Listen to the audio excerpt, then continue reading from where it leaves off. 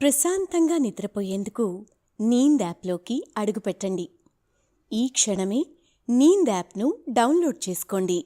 ఒత్తిడిని తగ్గించి ప్రశాంతమైన నిద్రలోకి మిమ్మల్ని తీసుకెళ్లే చక్కని కథలు, ధ్యాన పద్ధతులు, ఆహ్లాదకర సంగీతాన్ని మీరు నీంద్ యాప్లో మాత్రమే వినండి.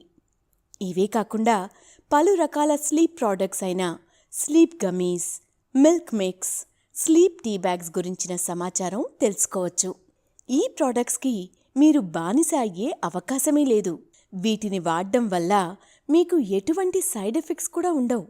సంపూర్ణంగా నిద్రపోయేందుకు ఇవి సహకరిస్తాయి. మీ నిద్రానుభవాన్ని మరింత మెరుగుపరుస్తాయి. నమస్తే, నా పేరు హేమ. నవనీత్ రచించిన ధ్రువ నక్షత్రం కథను నేనివాళ మీకు వినిపిస్తాను. భూలోకంలో రాజ్యాన్ని పాలించిన ఓ రాజు నక్షత్రంగా మారే వరాన్ని ఎలా పొందాడో తెలుపుతాను. అయితే మనం కథ వినడం ప్రారంభించే ముందు సౌకర్యవంతమైన స్థితిలోకి వెళ్దాం.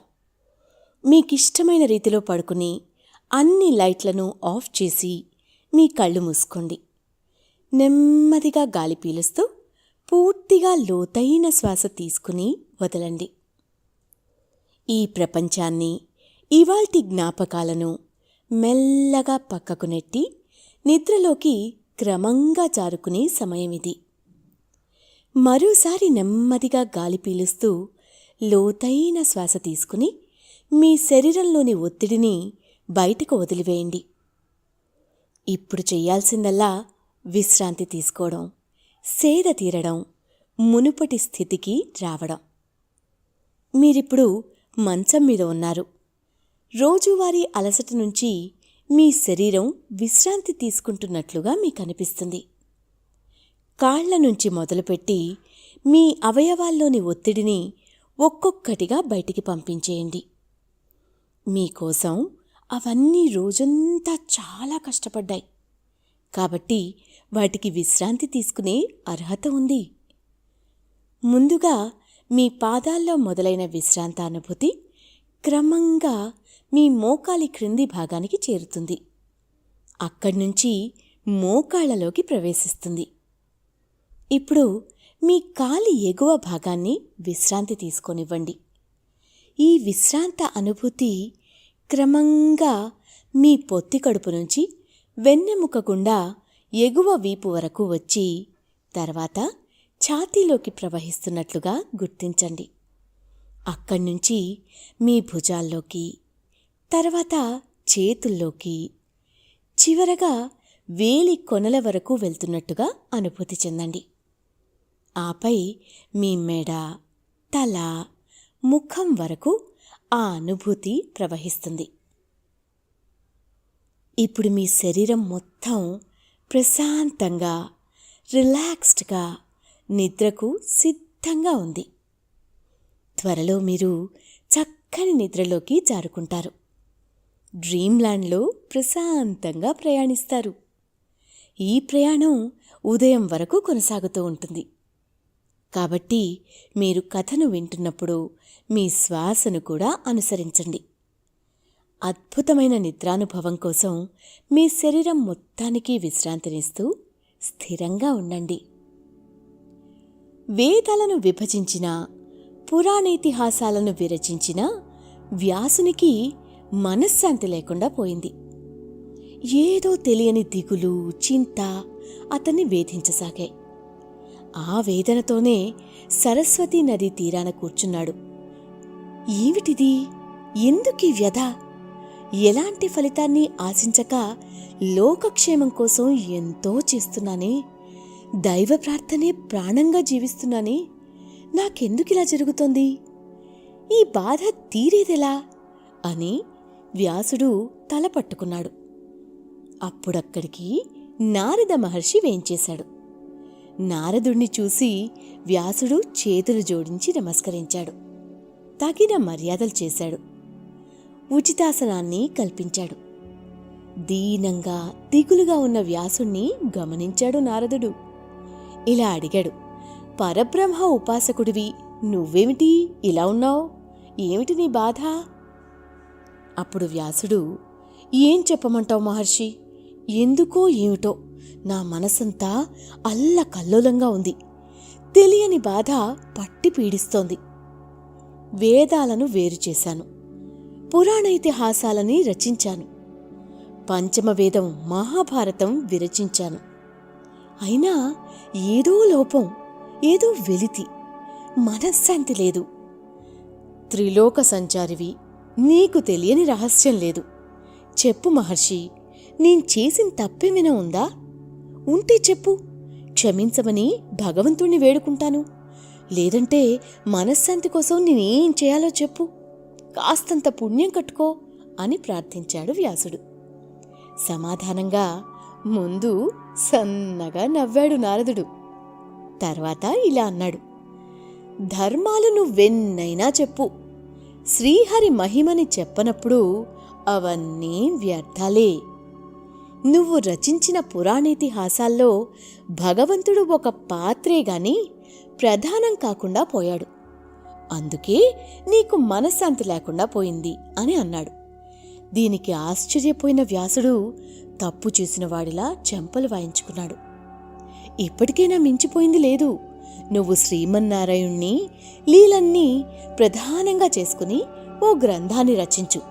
అది లోకంలోని భాగవతోత్తములందరికీ శిరోధార్యమై భాగవతం పేర ప్రసిద్ధి చెందుతుంది. ఫలితంగా నువ్వు కూడా శ్రీమన్నారాయణునికి దగ్గరవుతావు అన్నాడు నారదుడు.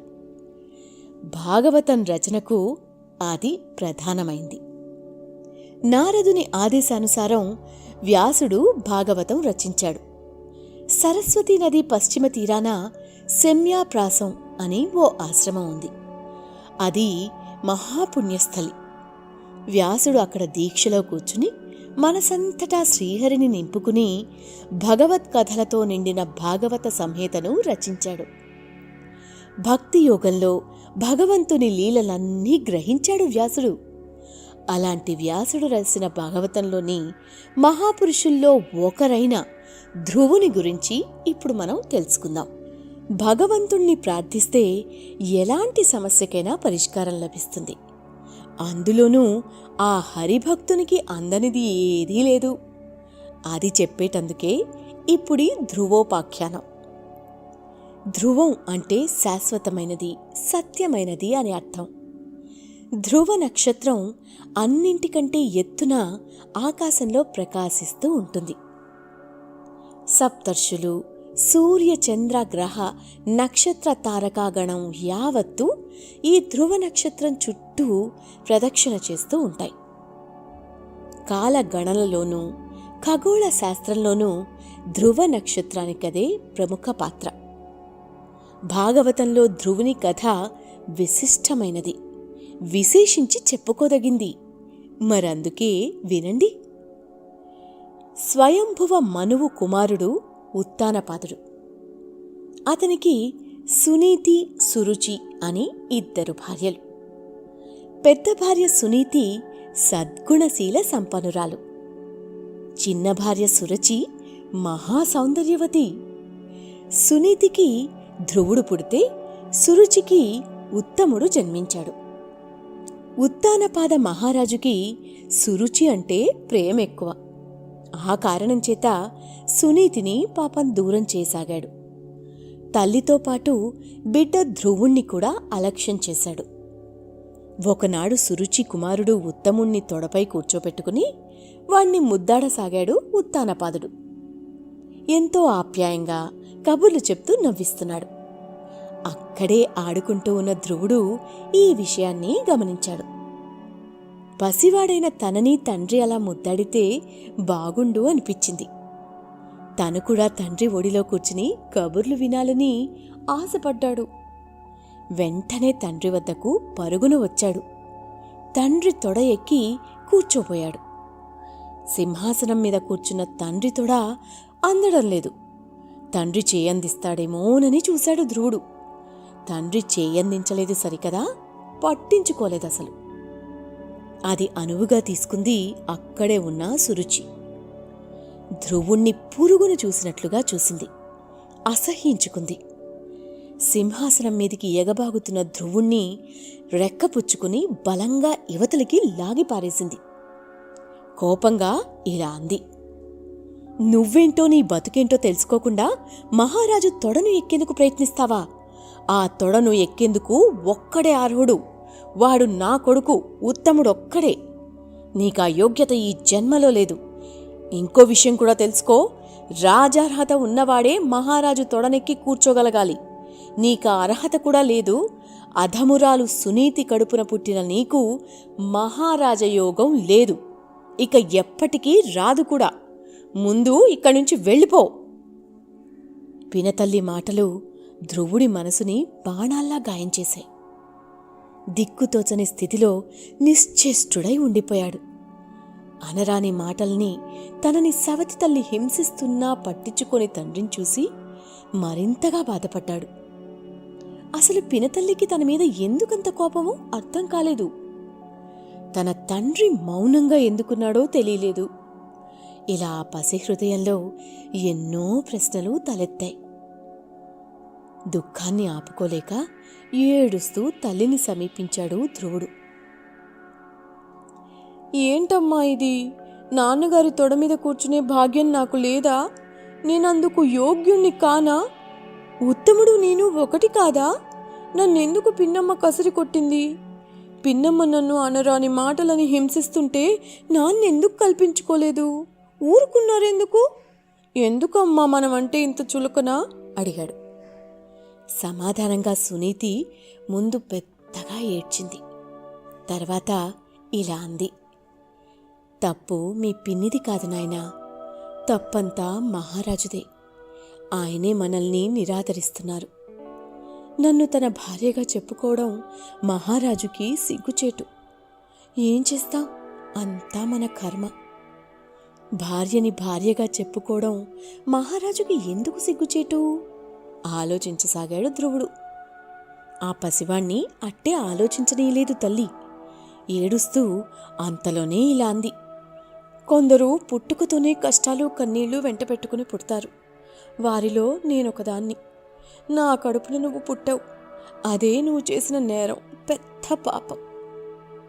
అవునా అన్నట్టుగా చూశాడు ధ్రువుడు. కన్నీరు తుడుచుకుంది సునీతి. ఆ తర్వాత ఇలా చెప్పింది. సింహాసనం మీద కూర్చున్న తండ్రి తొడను ఎక్కలేదే అన్న బాధే కనుక నిజంగా నీకుంటే బాధపడకు. నేను మాట చెప్తాను, వింటావా? చెప్పమ్మా. దేవాధిదేవుడు ఆ శ్రీమన్నారాయణ్ణి ఆరాధించు. అతన్ని వేడుకుంటే నాన్నగారి తొడమీదే కాదు, నాన్నగారి సింహాసనం మీదే నువ్వు కూర్చునే అవకాశం, అదృష్టం లభిస్తాయి. బ్రహ్మాది దేవతలెందరో హరిని పూజించి అందరాని అదృష్టాలు అందుకున్నారు. ఆలస్యం చెయ్యకు, వెళ్ళు. నిండు గుండెతో విష్ణువుని పూజించు. అతని కరుణా కటాక్షం కోసం తపస్సు చెయ్యి చెప్పింది సునీతి. ఆ మాటలు మంత్రోపదేశమయ్యాయి. ధ్రువునికి ఎదురైనట్లుగానే నేటి సమాజంలో మనకు ఎన్నో రకాల సమస్యలు ఎదురవుతూ ఉంటాయి. అలాంటి సమయాల్లో మనం తీసుకునే నిర్ణయాలు మన భవిష్యత్తుని నిర్ణయిస్తూ ఉంటాయి. ఒక్కోసారి సొంతంగా మన దారి మనం ఎంచుకోవచ్చు. కొన్నిసార్లు మన ఆత్మీయులు మనకు సరైన మార్గాన్ని చూపిస్తారు. ధ్రువుని విషయంలో రెండోది జరిగింది. అతని తల్లి హరిహరుని దారి చూపించింది. మహావిష్ణువుని ప్రార్థించి తన కోరికను నెరవేర్చుకోమని చెప్పింది. అలా తల్లి చెప్పిన మాటలతో 5 ఏళ్లు కూడా నిండని ధ్రువుడు అక్కడ్నుంచి కదిలి అరణ్య మార్గం పట్టాడు. కాకులు దూరని కారడవిలో ఒంటరిగా నడిచి వెళ్లసాగాడు. అది గమనించాడు నారదుడు. ఆకాశం నుంచి కిందకి దిగాడు. ధ్రువునికి ఎదురెళ్లాడు. 5 ఏళ్లైనా లేవు, చూడపోతే రాకుమారుళ్లా ఉన్నావు. ఎక్కడికయ్యా ఈ కీకారణ్యంలోకి? అడిగాడు నారదుడు.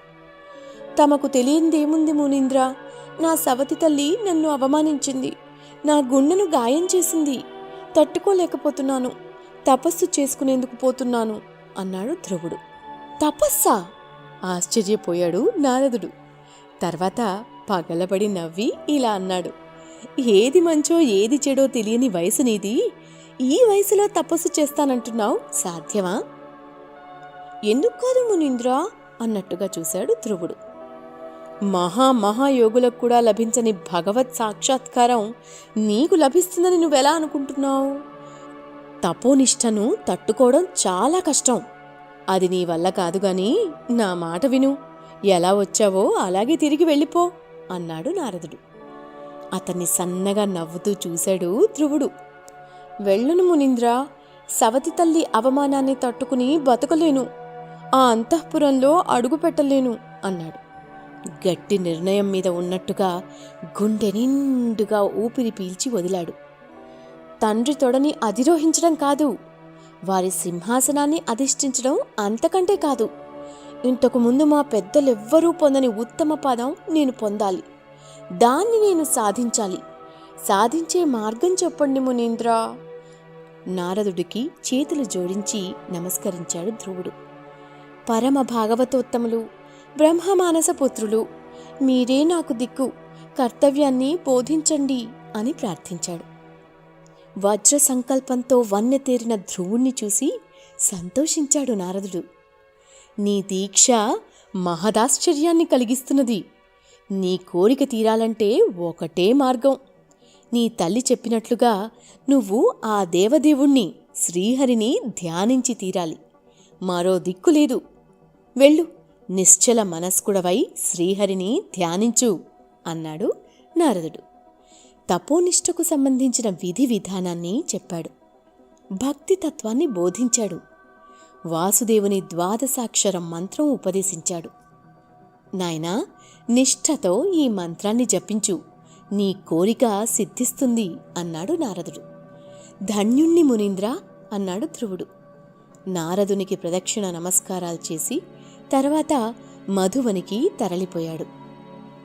తల్లి చెప్పిన మాటలతో ఒక నిర్ణయం తీసుకున్నాక ఎంతటి ఆటుపోట్లు ఎదురైనా ధ్రువుడు వెనక్కి తగ్గలేదు.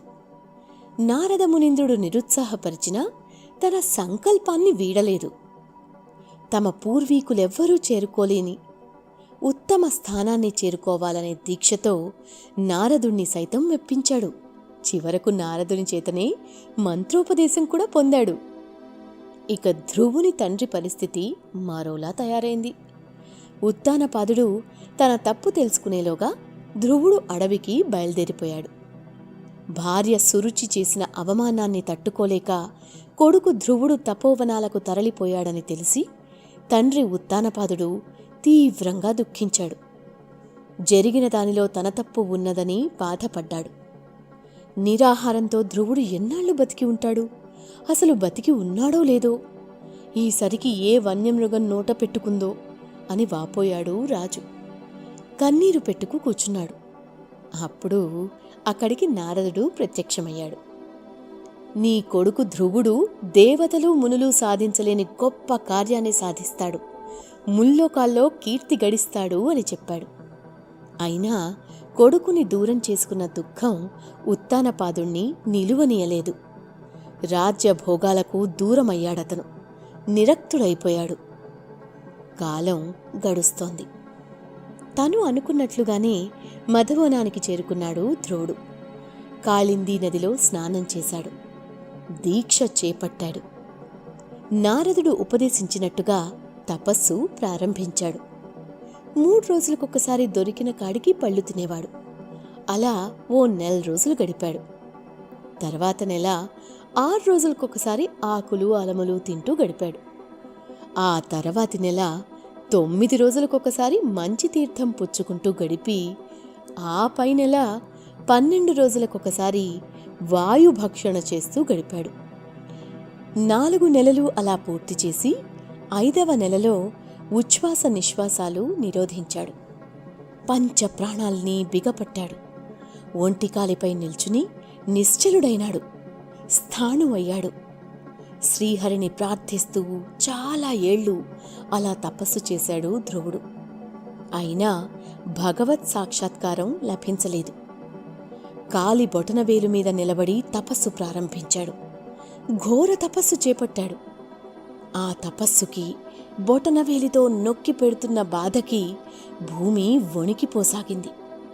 సురులు మునులు భయకంపితులయ్యారు. లోకంలో ప్రాణికోటి అంతా ఊపిరి ఆడక ఉక్కిరి బిక్కిరి అయింది. దేవతలకు ఏం చేయాలో పాలుపోలేదు. శ్రీమన్నారాయణ్ణి శరణు కోరారు, కాపాడమని ప్రార్థించారు. అభయాన్ని ప్రసాదించాడు శ్రీహరి. దేవతలు మునులకు ఇచ్చిన అభయం మేరకు శంఖ చక్రాలు దాల్చి గరుడ వాహనంపై మధువనానికి బయలుదేరాడు శ్రీహరి. ధ్రువుని ముందు ప్రత్యక్షమయ్యాడు. భక్త అని పిలిచాడు. ఆ పిలుపునకు కళ్ళు తెరిచి శ్రీమన్నారాయణ్ణి చూశాడు ధ్రువుడు. ఆనందంతో కన్నీరు పెట్టుకున్నాడు. చేతులు జోడించి సాష్టాంగ ప్రణామం చేశాడు. తర్వాత లేచి ఆ దేవదేవుణ్ణి ఏమని స్తుతించాలో, ఎలా స్తుతించాలో తెలియక చూస్తూ నిల్చున్నాడు. 5 ఏళ్ల పసివాడికి అనంతుని ఆరాధనలు ఎలా తెలుస్తాయి? నవ్వుకున్నాడు శ్రీహరి. నవ్వుతూనే ధ్రువుడి చెక్కిళ్ళు నిమిరాడు. తర్వాత వేదమయమైన శంఖాన్ని తాకించాడతనికి. ఎప్పుడైతే శ్రీహరి చెక్కిళ్ళు నిమిరి శంఖాన్ని తాకించాడో అప్పుడు దివ్యజ్ఞానం కలిగింది. సరస్వతీ కటాక్షం సిద్ధించడంతో వేద సూక్తాలతో శ్రీమన్నారాయణ్ణి 1000 విధాల స్తుతించాడు ధ్రువుడు. ఆ స్తుతులకు పొంగిపోయాడు శ్రీహరి. ఎంతో సంతోషించాడు. భక్తా, నువ్వు కోరుకున్నది సిద్ధిస్తుంది. ఇంతకు మునుపెన్నడూ ఎవ్వరూ ఆధిష్ఠించని మహోన్నత స్థానం నీకు ప్రసాదిస్తున్నాను. నీ పదం గ్రహ నక్షత్రాది జ్యోతిశ్చక్రానికి ఆధారభూతమవుతుంది. ముల్లోకాలకు పైన ఉండే నక్షత్ర రూపులైన మహామహులంతా నీ చుట్టూ ప్రదక్షిణ చేస్తారు అన్నాడు శ్రీహరి. ధన్యుణ్ణి అన్నాడు ధ్రువుడు. తొలుత ఈ భూమిని పరిపాలించి తర్వాతే నేను ప్రసాదించిన మహోన్నత పదాన్ని అధిష్ఠిస్తావు. నీ కీర్తి చిరస్థాయిగా నిలుస్తుంది అన్నాడు శ్రీహరి.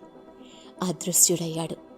సూర్యుడిలా వెలిగిపోతూ ధ్రువుడు తల్లిదండ్రుల్ని కలిసేందుకు తిరుగు ప్రయాణమయ్యాడు. శ్రీహరి కరుణా కటాక్షాలతో కుమారుడు తిరిగి వస్తున్నాడని తెలుసుకుని భార్యలిద్దరితోనూ కొడుకు ఉత్తముడితోనూ ధ్రువుడికి ఎదురేగాడు ఉత్తానపాదుడు. బంగారు పల్లకీలో వచ్చాడు. మంగళ వాయిద్యాలతో స్వాగతించాడు. తల్లిదండ్రుల్ని చూసి ఆనందించాడు ధ్రువుడు. వారికి నమస్కరించాడు. ధ్రువుణ్ణి ప్రేమగా కౌగిలించుకున్నాడు తండ్రి. తమ్ముడు కూడా అతన్ని చేరదీశాడు. రాజధానికి చేరుకున్నారు అంతా. ధ్రువుడికి యుక్త వయసు రాగానే అతనికి రాజ్యాన్ని అప్పగించి తపోవనాలకు తరలిపోయాడు తండ్రి. ధ్రువుడు భ్రమిని వివాహమాడాడు. ఆమె శిశుకుమారుడి కుమార్తె. వాయుపుత్రి ఇలను కూడా వివాహమాడాడు అతను. ఉత్తముడు హిమవత్ పర్వత ప్రాంతానికి వేటకి వెళ్ళి అక్కడ యక్షులతో పోరాడి మరణించాడు. ఎంతకీ తిరిగిరాని కుమారుణ్ణి వెతుకుతూ సురుచి బయలుదేరింది. కుమారుణ్ణి వెతుకుతూ మరణించిందామె. సవతి తల్లి తమ్ముడు మరణించటంతో అందుకు కారణమైన యక్షుల మీద కోపగించాడు ధ్రువుడు. వారిమీద యుద్ధాన్ని ప్రకటించాడు. ఒక్కొక్కరిని సంహరించసాగాడు. తరిగిపోతున్న యక్ష సంతతి మీద జాలి చెందాడు స్వయంభువ మనువు. తాతగా అతను ధ్రువుణ్ణి వారించాడు. హింస తగదని యుద్ధం మానమన్నాడు. మానాడు ధ్రువుడు. కుబేరుడితో స్నేహం చేసుకున్నాడు. తిరిగి వెళ్ళిపోయాడు. 66,000 సంవత్సరాలు రాజ్యాన్ని పాలించాడు. రాజభోగాలన్నీ అనుభవించాడు. మరిక భౌతికంగా అనుభవించేది ఆశించేదీ లేక రాజ్యాన్ని త్యజించాడు ధ్రువుడు. బదరీవనానికి వెళ్ళిపోయాడు. అక్కడ మందాకినిలో స్నానం చేసి హరిని ధ్యానిస్తూ సమాధివిష్టుడైనాడు. కొన్నాళ్లు గడిచింది. భౌతిక దేహాన్ని త్యజించే సమయం ఆసన్నమైంది.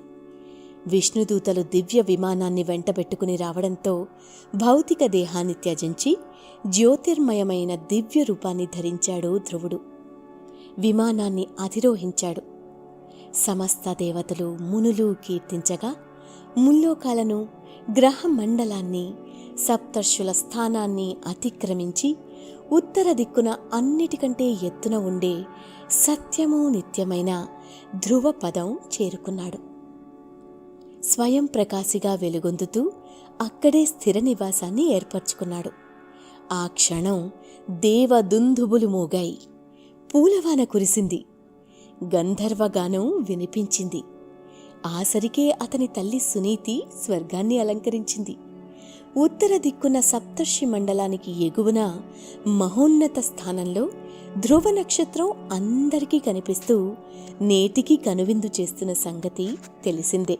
నేటి సమాజంలోనూ ధ్రువుని దీక్షా దక్షతలు అందరూ పాటించాల్సిన అవసరం ఉంది. కార్యసిద్ధి కోసం ఎంతటి అవాంతరాలు ఎదురైనా తట్టుకుని నిలబడాల్సిందే. కఠోర సంకల్పంతో నిష్ఠగా మన ప్రయత్నం చేస్తే విజయం తప్పక వరిస్తుంది.